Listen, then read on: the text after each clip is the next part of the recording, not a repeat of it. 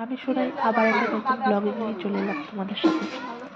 তো এখন আমরা বুঝতেই পারছো এক জায়গায় যাব, তো সবাই তার জন্য রেডি হচ্ছে, কিন্তু মেয়ে ছেলে মানুষ মানেই সেখানে লেট হবে। তো কেউ এসে হাজির হয়েছে, কেউ এসে হাজির এখনো হয়নি। তো সবার জন্য আমরা ওয়েট করছি। আর এদিকে দুই ছেলে মেয়ে নিজেদের মতন খেলতে শুরু করে দিয়েছে, কারণ তারা এখানে এসে যেন কি আর বলবো, যেন কি পেয়ে যায়, সবই যেন হাতের কাছে, কেউ কেউ বকলেও শুনতে পায় না, নিজেদের আমার কথা তো শোনেই না। তো চলো, আলটিমেট সব মহিলারা এসে আমরা জড়ো হয়েছি এক জায়গাতে। এবার আমরা যাত্রা দিলাম গঙ্গা স্নান করতে। গঙ্গা স্নান বলতে আজকে আমাদের ঘাট কাজ আছে, একবার স্নান করেই আসবো। তো এদিকে রূপা ঋষি খুব ক্লান্ত, তাদের খুব গরম লাগছে, তাই তাদের বলা হচ্ছিল তোদের কি টোটো তো ফ্যান চালিয়ে নিয়ে আসতে হবে। তো আলটিমেট আমরা এসে পৌঁছেছি। এই নদীটার নাম হচ্ছে কুন্তি নদী।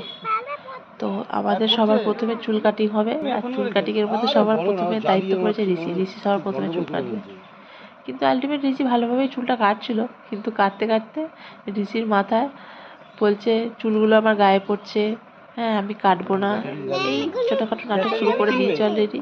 তো আলটিমেট ঋষি ঠিকঠাকই কেটেছে, খুব একটা অসুবিধা হয়নি। তারপরে রূপ আর কাটেনি, তারপরে চুল কেটেছে হচ্ছে আমাদের মাম দিদি। মাম দিদি যখন চুল কাটতে বসলো, আমি তো ভাবলাম মনে হয় দিল, কিন্তু না, মাম দিদি কোনো আওয়াজই করেনি, পুরো চুপচাপ শান্ত মেয়ের মতো চুলটা কাটলো। দেখতেই পাচ্ছ মাম দিদি বসে পড়েছে। মাম দিদি তো এমন ভাবে চুল কাটছে যেন ঘুমিয়েই গেছে, আমরা তো ভাবছি মাম দিদি ঘুমিয়ে গেছে, আবার বলছি বলে হাসছিল মাম দিদি তখন আমাদের সাথে।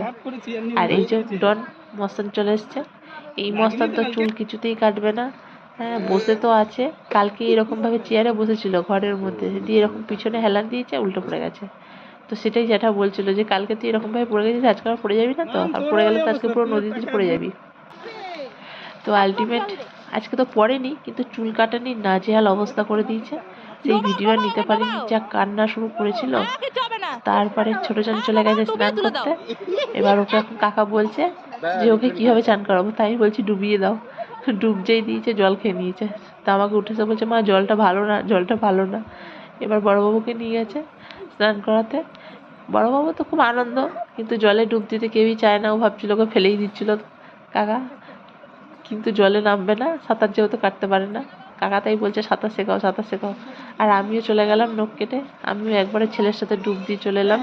চিঠিরও চান হয়ে গেছে, ব্যাস চান করে হয়ে গেছে। এবার আমি তো হিরো, আর আমাকে দেখে কে? এই যে